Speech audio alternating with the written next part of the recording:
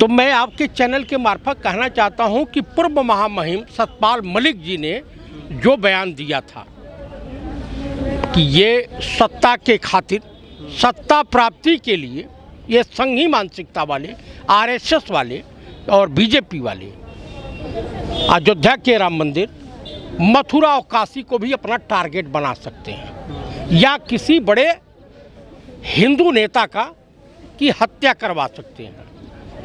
तो ये लोग कहते हैं कि भाई ये एक मनगढ़ंत बातें हैं। मनगढ़ंत नहीं है। जब इस देश में 2019 के लोकसभा चुनाव से पहले फरवरी में पुलवामा अटैक कराया जा सकता है, तो अयोध्या का राम मंदिर गोधरा से तो खराब है नहीं। जिस देश का prime minister of India Raja Babu Manipur का मौ कहने में भी शर्मिंदगी महसूस कर रहा हो। डबल इंजन की सरकार है हरियाणा में, उनके खट्टर हैं मुख्यमंत्री, उनके गृह मंत्री की दशा देखिए। अपील कर रहे हैं शांति की, लेकिन देश का प्रधानमंत्री मुश्किल से 100-150 किलोमीटर के एरिए में वो चुनाव में व्यस्त है। सुप्रीम कोर्ट कल इतनी फटकार लगाई, सलाटी जनरल ने तुषार मेहता ने कहा कि हमको 1 महीने का समय, कहा कुछ नहीं, आपकी सरकार करती है तो करे, लेकिन मैं हिंदुस्तान के संविधान के साथ खिलवाड़ नहीं होने दूंगा।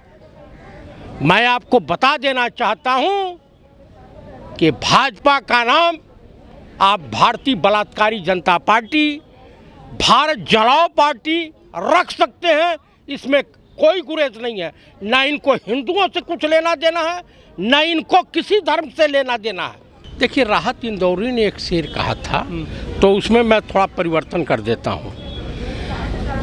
कहा गया है कि लगेगी इस देश में आग तो आएंगे कई जद घर, कई प्रदेश इस जद में। इस हिंदुस्तान में मणिपुर, हरियाणा अकेले केवल थोड़ा ही है। अभी तो ये झांकी है, आने वाले दिनों में पूरा हिंदुस्तान जलाना बाकी है। ट्रेन के अंदर एक जवान ने 4 लोगों को गोली से भून दिया, जिनमें 3 मुसलमान हैं। उन्होंने चेहरे देखकर और मोहरे देख करके पूरा जो घटना को अंजाम दिया है ट्रेन के अंदर। देखिए, भाजपा सरकार के ज़माने में या आरएसएस मानसिकता के लोग, जो संघी मानसिकता कहा जाता है, मानसिक रूप से पीड़ित, ये अपनी स्वार्थ पूर्ति के लिए, क्या हिंदू क्या मुसलमान, हिंदू उसमें नहीं मरा है। एक सब इंस्पेक्टर एसआई अपने सीनियर को गोली मार दिया, मीना साहब को। तो ये देश जा कहाँ रहा है? और देश का प्रधानमंत्री और देश के जो सरकारी तंत्र है मौन व्रत धारण किए हुए हैं। उनको पंडित राहुल गांधी दिखाई दे रहे हैं। इंडिया गठबंधन के तमाम नेता मणिपुर जा रहे हैं, वहाँ की बहु बेटियों, हमारे देश की बेटियों की इज्जत आबरू और उनकी पीड़ा को समझने के लिए। तो इनको राजनीति समझ में आ रही है। वो दिन दूर नहीं है जिस दिन तुम सत्ता से बेदखल होगे, तुम्हारे कार्यकर्ता जो अंधभक्त हैं, इसी देश की पब्लिक रोडों पे जो स्वागत करेगी कि मुंह दिखाने काबिल नहीं रहोगे।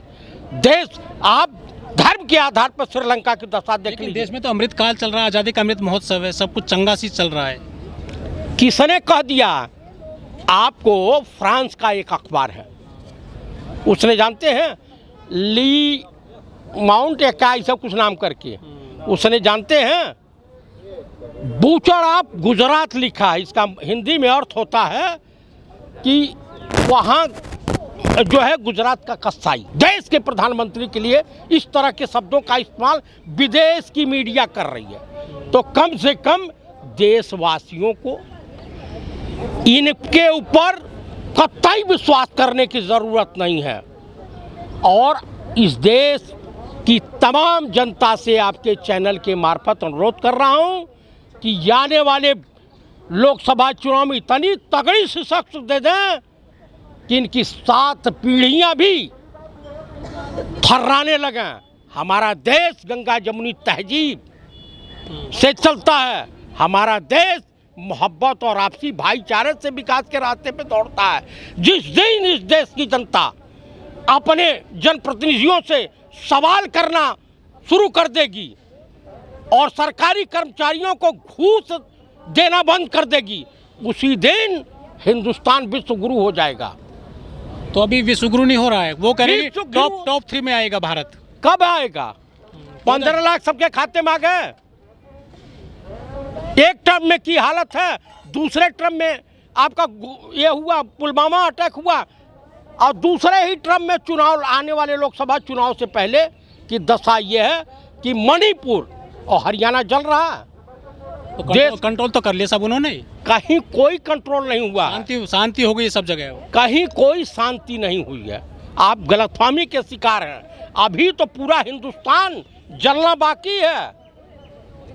अभी आने वाले दिनों में जो सतपाल मलिक कह रहे हैं, उनसे परहेज नहीं करना चाहिए। उनकी बातें कहीं दूर तक सत्य दिखाई दे रही हैं।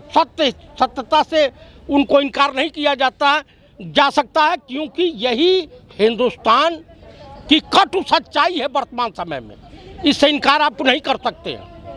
ठीक, आप बता दीजिए कि ये जो है वो गलत है। मैं देशवासियों से फिर आपके चैनल के मार्फत अनुरोध करूंगा, कृपया ऐसे लोगों से सावधान रहें, ऐसे अंधभक्तों से सावधान रहें, व्हाट्सएप यूनिवर्सिटी पे ज्ञान देने वालों से सावधान रहें। मंदिर मस्जिद इबादतगाह होती है। आपको सीख लेनी चाहिए गुरुद्वारों से कि दूर से गुरुद्वारा अगर कोई दिखाई देता है तो वहाँ पे ये पता चलता है कि अगर मैं भूखा हूँ तो मुझे रोटी मिलेगी, जात धर्म नहीं पूछा जाएगा। तो मोहब्बत को फैलाइए, और जो कांग्रेस ने बनाया था, यहाँ डेली जंतर मंतर पे आए दिन धरने हो रहे हैं। पता चला कि सहारा डूब गया, ये डूब गया, वो डूब गया। नुकसान किसका हुआ? इस देश की पब्लिक का। ऐसे भ्रष्टाचारियों को लाइसेंस सरकार क्यों देती है? और इस देश की जनता से मैं अनुरोध करूंगा, अपने विधायकों से, अपने जनप्रतिनिधियों से सवाल करो। अगर जो विधायक खरा नहीं उतरता है, उसे गांव में घुसने मत दो, चाहे वो किसी दल का हो।